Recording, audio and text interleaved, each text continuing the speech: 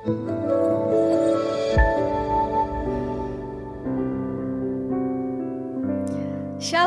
salam sejahtera untuk kita semua, Bapak Ibu yang dikasihi Tuhan. Hari ini kita bertemu kembali dalam Sarapan Rohani GNH tanggal 29 September 2020. Sebelum mendengarkan firman Tuhan, kita bersama-sama merendahkan hati kita berdoa. Dengan kerendahan hati kami datang kepadamu ya Allah. Mengaku segala dosa dan kesalahan kami di hadapan Tuhan. Layakkanlah kami untuk datang kepadamu. Begitu juga saat ini kami akan mendengarkan firman Tuhan. Biarlah firman Tuhan boleh menjadi makanan rohani kami, sehingga kami boleh dikenyangkan dalam kehidupan rohani kami.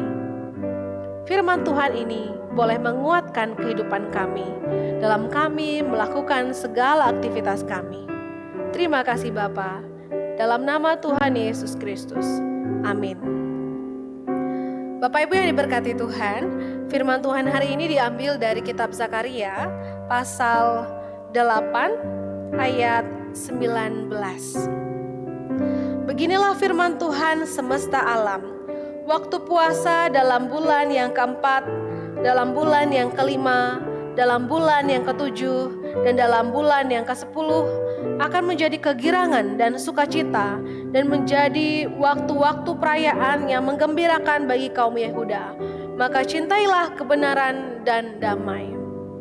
Mari kita bersama-sama, kita bold, kita baris bawahi kalimat terakhir dari ayat 19 dari Zakaria ini. Maka cintailah kebenaran dan damai. Firman Tuhan hari ini dengan tema hidup dalam kebenaran. Jika iya, katakan iya. Jika tidak, katakan tidak. Itu adalah salah satu prinsip bagaimana kita bisa hidup dalam kebenaran. Hidup dalam kebenaran adalah mutlak bagi setiap orang yang percaya, orang yang telah dimerdekakan oleh Kristus. Sehingga tubuh kita ini pun dapat menjadi miliknya, milik Kristus. Dalam 1 Korintus 6 ayat yang ke-20, sebab kamu telah dibeli dan harganya telah lunas dibayar. Karena itu, muliakan Allah dengan tubuhmu. Kebenaran tersebut meliputi segala aspek dalam kehidupan kita. Jika orang percaya masih saja hidup dalam kecemaran, berarti ia tidak melakukan apa yang Tuhan kehendaki untuk dilakukan. Jangan anggap remeh, jangan pernah anggap remeh apa yang Tuhan perintahkan untuk kita lakukan. Peringatan Tuhan melalui firman ini. Selama kita masih berlaku fasik, selama kita masih menyimpang dari kebenaran, maka berkat-berkat yang telah kita terima ini akan menjadi kutuk. Ini yang Tuhan bicarakan kepada kita sekalian, yang Tuhan ingatkan. Hidup benar adalah harga mati. Bagaimana kita bisa mengajar dan kita mengajak orang lain untuk hidup dalam kebenaran kalau kita sendiri tidak bisa hidup di dalam benar? Bagaimana kita bisa memberi contoh kepada anak-anak kita dalam hidup dalam kebenaran kalau kita sendiri masih bertindak dengan tidak benar? Jangan sampai kebenaran ini kita perjualbelikan Bapak Ibu sekalian. Hanya untuk kepentingan pribadi, hanya untuk keuntungan diri sendiri. Kita tidak dapat berani mengungkap kebenaran tersebut. Yesus Kristus adalah kebenaran itu. Yohanes 14 ayat yang ke-6 mengatakan, Akulah jalan dan kebenaran dan hidup. Tidak ada seorang pun yang datang kepada Bapa kalau tidak melalui aku. Lalu bagaimana kita bisa hidup dalam kebenaran? Yang pertama, hidup dalam Yesus yang adalah sang kebenaran itu, yang adalah sumber kebenaran itu. Artinya, hidup kita ini bisa sesuai dengan apa yang Tuhan perintahkan untuk kita lakukan. Yang kedua, prinsip hidup kita adalah jika iya, katakan iya. Jika tidak, katakan tidak. Jangan pelin-pelan. Tuhan tidak suka juga dengan orang yang pelin-pelan. Sehingga hidup kita benar-benar dimurnikan di dalam kebenaran Kristus. Lantas kita akan bertanya, yang menjadi pertanyaan perenungan buat kita adalah,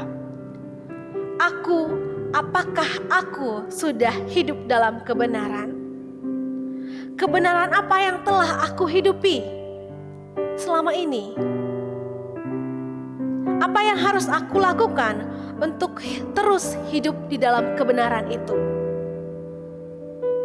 Bapak Ibu yang diberkati Tuhan, tanda seseorang telah mengenal kebenaran adalah ia berpikir 1000 kali lipat untuk melakukan pelanggaran. Berpikir 1000 kali lipat untuk melakukan dosa. Karena ia tahu bahwa setiap ketidaktaatan akan mendapatkan balasan yang setimpal. Biarlah hidup kita yang benar adalah selalu mengucap syukur kepada Tuhan, sehingga kehidupan kita semakin hari semakin didewasakan di dalam Tuhan. Selamat hidup benar di dalam Tuhan kita Yesus Kristus. Kiranya Roh Kudus menguatkan kita sekalian. Amin. Tuhan Yesus menyertai kita. Mari kita berdoa. Tuhan Allah Bapa kami bersyukur firman-Mu begitu indah untuk kami dengarkan. Bagaimana kami diingatkan untuk hidup benar di dalam Tuhan. Kami boleh menghidupi firman Tuhan dan hidup Tuhan di dalam kehidupan kami. Kami boleh untuk lebih taat lagi akan apa yang Tuhan perintahkan. Tolonglah kami ya Tuhan, kami tidak bisa tanpa-Mu. Untuk hidup seturut dan sekendak dengan Tuhan saja, kami mohon Roh Kudus-Mu membimbing kami. Mungkin kami sering menyakiti hati suami kami, istri kami, anak-anak, mertua, menantu. Namun Tuhan begitu mengasihi kami. Untuk hidup dalam kebenaran Tuhan memang tidak mudah. Tapi biarlah firman Tuhan ini boleh menguatkan kami sekalian. Untuk kami boleh tetap tekun hidup di dalam kebenaran Tuhan saja. Kami boleh berani mengungkapkan kebenaran. Tidak hanya berada dalam zona nyaman kami saja. Terima kasih Bapa.